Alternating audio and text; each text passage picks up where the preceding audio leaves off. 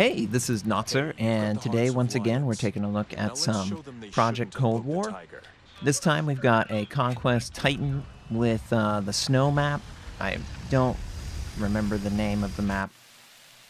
However, it's Conquest mode, so 5 bases to capture, and this, of course, is the Titan. If you watched my previous Titan video, you understand that my goal is to outlast and recover, and that's a big strength of the Titan.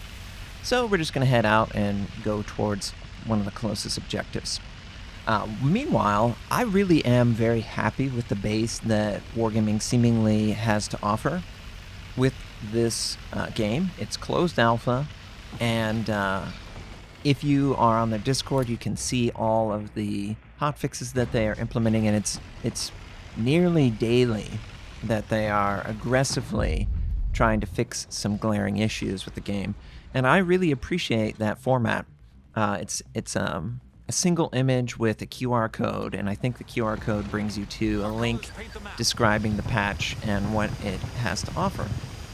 I think that's a great format, and honestly, I think that's exactly what you want in a game as a service. You want them to feel like they're actually addressing the concerns. So we head over towards the enemy tanks that show up, and they actually use a B-52, which I'm very close to, but fortunately I'm able to catch a crit on that enemy Titan, and we take him out, and then the Jaeger gets knocked out as he approach. I find that, and this is something that I'm still not using as well as I should in Project Cold War, but it's something that I do every single enemy in World Warships, and that is ping for focus fire. It's so important. Oh, this guy, he gets stuck on the geometry. Sucks for him. C is ours, and we actually can take out the tanks in open combat, not near an objective. And if you've ever played a Conquest game of any description in Battlefield, you know that you don't want to get fighting in the open away from the objective. If you do that, then it gives the defender the advantage. Now, unlike Battlefield, I don't think you can spawn at these. I haven't even checked that. In the comments, can you select a Conquest point and spawn from it if you've recently been knocked out? That's a good question for someone to answer if they've tried it. I don't see it in the UI, and it certainly doesn't. In Battlefield, it wouldn't let me spawn until I tell it where I want to spawn. But obviously, Project Cold War, you just spawn in what seemingly is a generic staging area, and then you go out onto the map. And I'm fine with that. I don't have any problem with that. I just obviously would love to have every bit in. On this ice map, this tunnel that goes up to, I think, is it Sea Point? It becomes a choke point. And it's really dangerous to fight in this area because you cannot maneuver. And even if you smoke, it's easy for players to shoot you. So obviously we knock out that first guy, and then we just collapse on this other person while capturing D. Yeah, this is D point. C point, sorry. While capturing the base. No, this is E. Gosh. I am not wearing my glasses, and I am very far away from the screen for commentating. But yeah, team does a good job. You'll note that there is an in-game mission for teams, and the next 7 bases that are captured will grant you 300 capture points that can go towards winning. Trying to incentivize, even if you have base captures, I guess, it's to go out and capture them and or recapture. I think it works decently well. I don't really have a problem with it. Funny that our Iron Warden activated right there. But we're just trying to keep our frontal armor towards the enemy, and I'm just trying to give ground and focus on parts of the enemy. He has his machine gun that he's attempting, I guess, to do chip damage or to track us, but it's just not working out. And it's really hard to keep this guy tracked. Even if you can't get the heal part of the repair kit, it immediately repairs the track whenever a repair kit is used. So you have that added bonus of having it come up off of cooldown more frequently than the average tank. And nice, we get a little ammo in that corner pocket. Also, little tread damage. He's gonna ram us. This is gonna hurt. I really don't like that he's there, but he's blocking the enemy's ability to fire at us, and he can't actually... I don't think he pinned us. I think he's blocking. No, our armor. The heal will go through a block, but it won't go through damage. So if you block the shell, the heal will still continue. So it's really imperative that in that position, you land a shell to disrupt. And once again, we drive under his shot, and we take advantage of the slow turret traverse. And I'm attempting to conceal / use the fire to throw off his shot. Oh man, just the worst luck with these. Ram him into death. Oh, that was a beautiful play. We absorbed, what, 4 or 5 shots? Not by him, but by us. We absorbed 4 or 5 shots in the time that we were healing, and it's great. I love that the block does not disrupt the heal component. That is a little bit of, extra bit of information that I wasn't aware of necessarily when I was talking about the Titan. But yeah, it's not as common to get in that situation where multiple shots on you. Finish him off, side turret, blow it up, and then trying to heal. There's someone on our position. So multiple enemy bogeys. We don't really have any way out. I'm just hoping that they will be distracted or they'll do a misplay, but there's just too many enemies. And, yeah, knock us out. We're doing good for our team. And, as a Titan, I can roam more freely and recover more aggressively. So I'm almost like a 1.5, honestly, compared to other tanks where, they take damage and they have to wait on the repair kit cooldown, and, whatever the repair kit cooldown is, that's what you got to deal with. That is not the case with the Titan. I feel like my heal is like averaging, I don't know, once every 15 seconds or 25 seconds in combat, and that's pretty aggressive. Teammates knock out that other tank. Don't really need to continue over to that objective. I see that C point is being contested, so I'm going to head over. That's that radar dish on this map. And yeah, we have multiple bogeys spotted, a couple low health targets. I'm going to use my opener, and I don't know if this radar is the easiest to target through, but we just sent it, forcing players to move their tank in different locations. This guy might turn aside, and easy crit damage there. You'll notice that engaging with multiple tanks opens that crit benefit up more, and it almost feels more responsive in Project Cold War versus World of Tanks, and the crit, the chances that you'll crit against the weak point of the enemy tank seem to be higher in this game. I don't know if that's verifiably true. I just know that I crit a lot in this game, and I don't feel like I crit a lot in World of Tanks back in the day. Here's our second game. We are in the Jaeger, and this is a plant/diffuse. Maybe they should come up with something else as the name. Plant/diffuse is a little confusing at times, but regardless, this is a single life scenario, and if you've ever played or are aware of Counter-Strike, you both spawn in your staging area, and then you go on the map and you look for opportunities to plant a bomb on one of 2 locations. So on this map, same thing applies, and I decide to use my decoy to look around. The decoy will actually provide spotting information.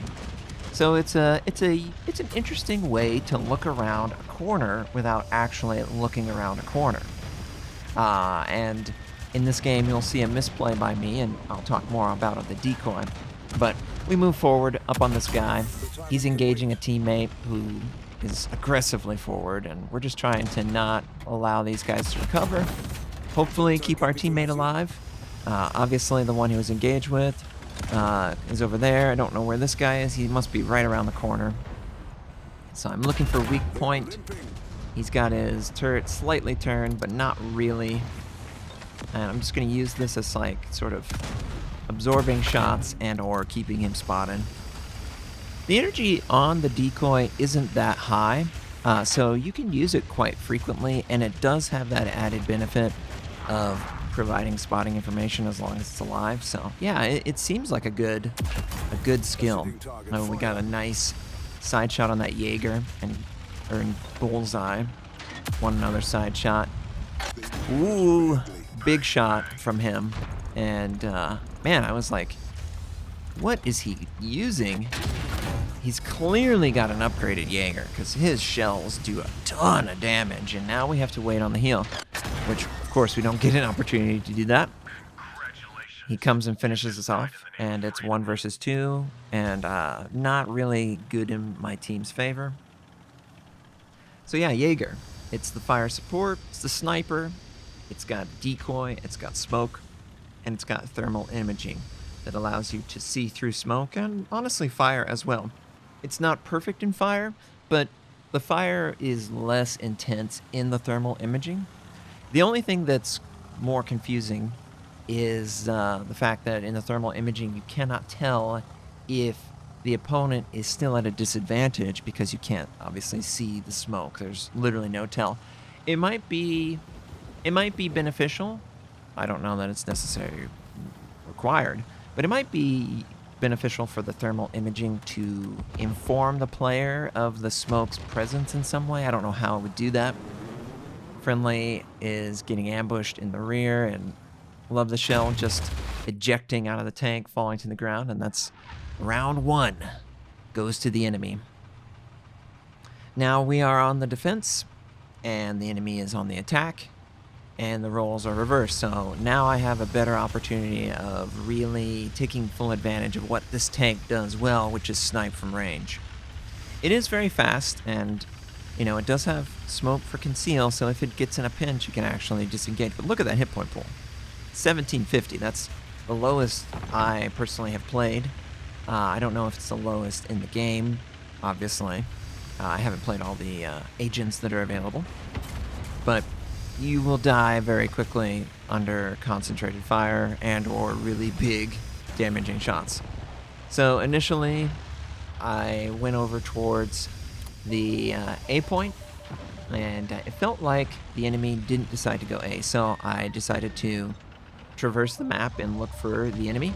Also, you'll note the thing that I have equipped. The Jaeger has this unique equipment that costs nothing and is basically like a global spot for things immediately around you, and we get an ambush on the opposing enemy fire support. And we're just trying to finish him off, which he, of course, drives to do that for us. We're just trying to create chaos. It's great once the enemy is engaged to then drive in and work on them. I feel like because of the perspective is so drawn in, it's harder to be fully aware that a tank is flanking. You know, that cap limits that third person peek around corners and stuff, and we're just picking on this guy. He's just too immobile, and we're going after the weak point, which is the rear of this tank. He just doesn't have the gun depression because the rear of the tank extends so high up for the engine. And it just is silly how hard this is for him. And yeah, we finish him off. Final kill around. 1 for 1. Defender advantage, clearly. Now we're in the attack position. And hopefully we can get a win in the attack, because if it's always the defender, they will win the game by default because they will be on defense the third time before we can be on the defender. So once again, I'm going around the left side. And once again, I'm considering using my decoy. It's just an easy way to get spotting information around corners without risking your tank. And if, for whatever reason, there's no one there, it's going to last for 60 seconds. So it's basically just a camera that is spotting in its immediate area. And it will automatically spot and focus on with the gun turret. So, you know, it's got a lot of uses than just putting it out in front of an opposing player right as they're approaching you. That's kind of the least... I don't know if the shell was absorbed by the fence there or it landed in the ground. We missed that. And I don't really like the position here. It's a little too ambush So I'm going to try and go out wider as I can because I am a sniper. And I'm going to attempt to punish any side shots. And remember, the way this works, every single tank has repair kit, which is a heal. So in this position, I activate the awareness trait, or whatever it's called. And now I can see them plain as day, and they cannot see me. Now, we are behind smoke, but we do take a shot. I shouldn't have backed up perfectly behind the smoke. I should have changed my positioning slightly. And now the enemy, ooh, that ricochet right off. Went right into the camera, actually. That's funny. But we were able to absorb one shell, thankfully, without completely knocking us out. I'm almost certain that his shell would have. Get in cover before he shot. Okay. Now, we could put a decoy out to spot him, and that's probably what we should have done there. We should have put a decoy out, forced him to engage it, and also spot him, keep him spotted. So, we know how to play this better in this situation. It's just, I have to rewatch and then contemplate, okay, yeah. Using a decoy as sort of a rounding the corner for the Jaeger when you don't need it for other things is very useful. It also stays up there. So if you were to, reposition into that area, the decoy would flare and tell me, hey, there's a tank there. You should be aware. So, it's really good for placing it in the map, one flank of the map, and then disengaging from that flank, rotating around, and coming from a different location. It's very surprising, honestly, for them. So I actually really like the way the decoy works. I understand it's very gamey. I get it. But in real life, there are things that are decoys, and they do the same thing equivalently. But for the video game, you can't necessarily use those same devices that would normally be decoys, because video games are such a compartmentalized, and we actually won on attack. That's great. We just have to defend. And if we can defend, we can win outright. But video games are such compartmentalized systems with very rudimentary considerations, and as games become more complicated, you're going to find that you can't use the same tricks and techniques that you used in, like, Battlefield 1942. Because in Battlefield 1942, there was probably like 100 objects moving. And here's a perfect example. We didn't have direct line of sight, but the decoy did, and when I placed it in the world, it drew that 3 enemy tanks are headed out towards A point. Of course, we bump into this big ugly.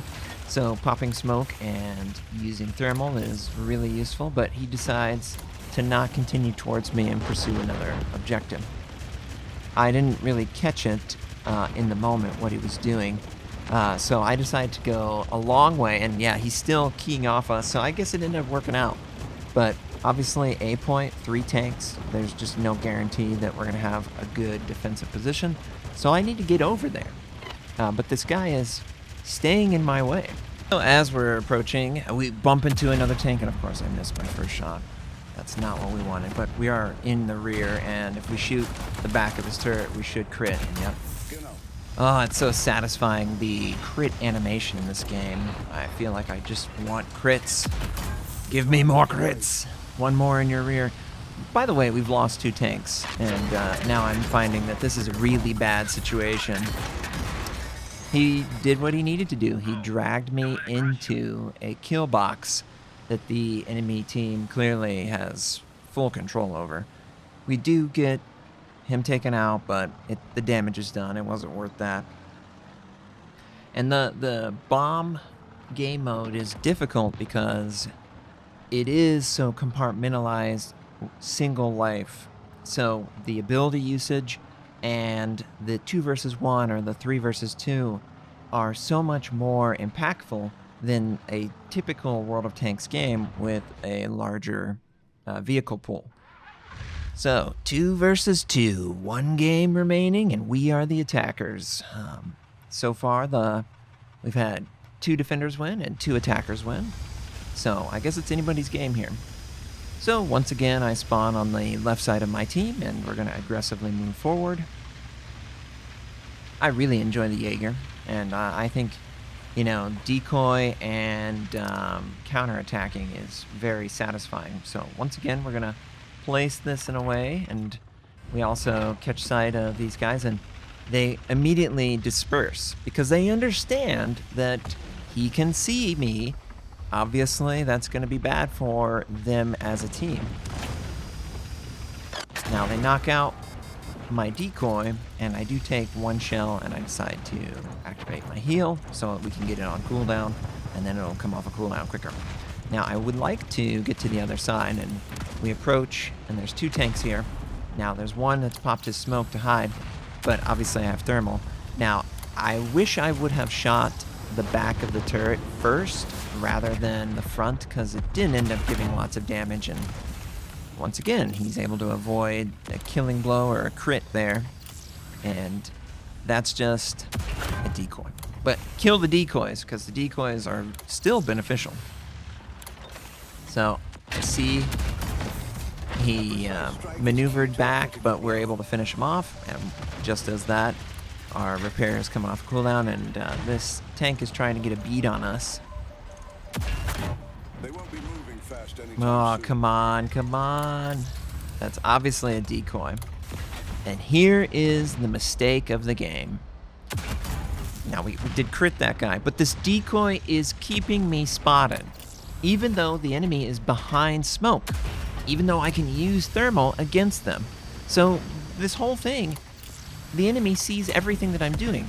I finally kill him off, but it's too late because this enemy has used the decoy to get around and to ambush me from the rear, and I'm just in a health disadvantage. I can't make it up.